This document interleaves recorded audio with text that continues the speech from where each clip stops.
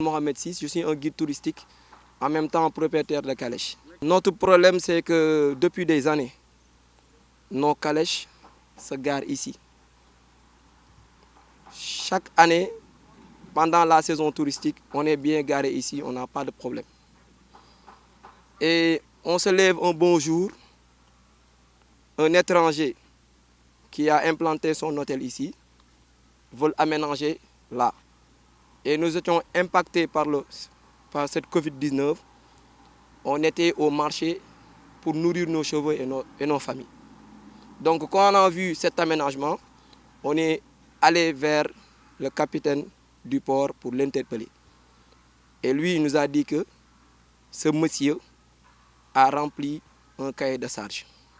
de 1 800 000. Les calèches qui sont là, leur prix, c'est 1 200 000 par calèche. Donc, si 1 200 000, c'est presque 17 millions.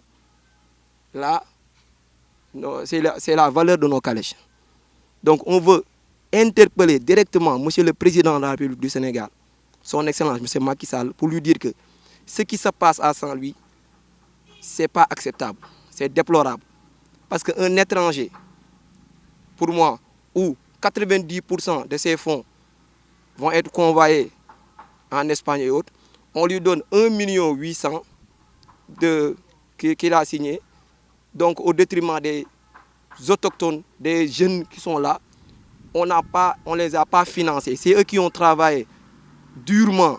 pour avoir leur calèche. Et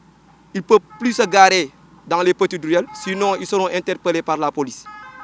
Donc on interpelle le président de la République, le maire, M. Mansour Faye, et aussi le ministre de tutelle, M. Aliou Sarr, qui a fait énormément d'efforts pour les caléchers en leur octroyant des fonds, en leur disant que ce qui se passe ici, ces calèches qui sont un des vestiges de Saint-Louis, patrimoine aussi de Saint-Louis,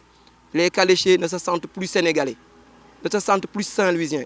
au détriment d'un étranger qui vient prendre leur place là où ils devaient se garer. Il faut qu'ils règlent ce problème-là et il faut qu'on nous octroie, qu'on nous donne aussi notre garage. C'est ça qu'on demande seulement. Ablaye Gningue man waaw nekk calécher fii à Saint-Louis suñu problème maanaam mooy fii suñu garage la woon capitaine du port ñoo ñu ko joxoon ñu fi garé parce que xam nga île bi dafa ndaw quoi ay amul ay mën naa wax sax amul ay ruelle la te foofu garé ci ruelle da ngay encombrer île bi donc ñun ba fii boobu ba léegi ñu fi garé man je peux même dire que ça fait 18 ans man maa ngi ci tourisme di liggéey moom defagu fi 10 ans kon pourquoi ñun suñu place bii ba buñ koy joxe waroon nañu ko yëgal wala ñu wut feneen fu ñu yóbbu mais instant bi nii Covid 19 bi moo nu téye moo tax ñu nekkoon marché di liggéey mais suñu ginnaaw lii lépp fi la xewee 1 800 000 bu mu tax mu yàq deru état de 1 dafa ni c'est l'état qui me l'a vendu yore ay këyitam de 2 mu ni capitainerie du port bu nekk Saint-Louis ak bu Dakar nañu dimbali ministre du tourisme Macky Sall na ngeen ñu dimbali ñun fii lañ dëkk Saint-Louis ay natifs de Saint-Louis fils de Saint-Louis originaire de Saint-Louis am na li nga xam te ne xaju fi ay 1 200 000 xaw ma 800 000 jarul muy yàq deru état ci benn tubaab bi nga xam te ne lu mu am Europe la ko yóbbu yaa ngi may dégg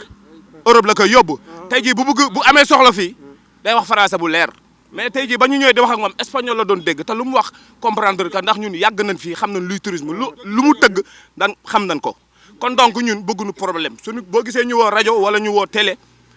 pour wax suñu problème ñu jàppale ñu ci taxaw ñu ci parce que tey jii ku ñu calèche da nga naan tourisme ba pare fii kee la waruñu ko sax modifier quai bi c'est classé patrimoine de l'UNESCO jàppale leen di woowaale suñu ministre bi nga xam te ni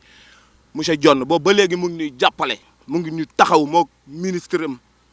du tourisme et des transports aériens di woo tamit Mansour Faye ak ñëpp ñi nga xam ñu ngi yëngu ci wàllu tourisme à Saint-Louis yor hôtel te lii neexu leen ñu ñëpp ñu ngi leen di woo ngeen jàppale nu ak inspecteur Dione ñu ngi taxaw di leen xaar nag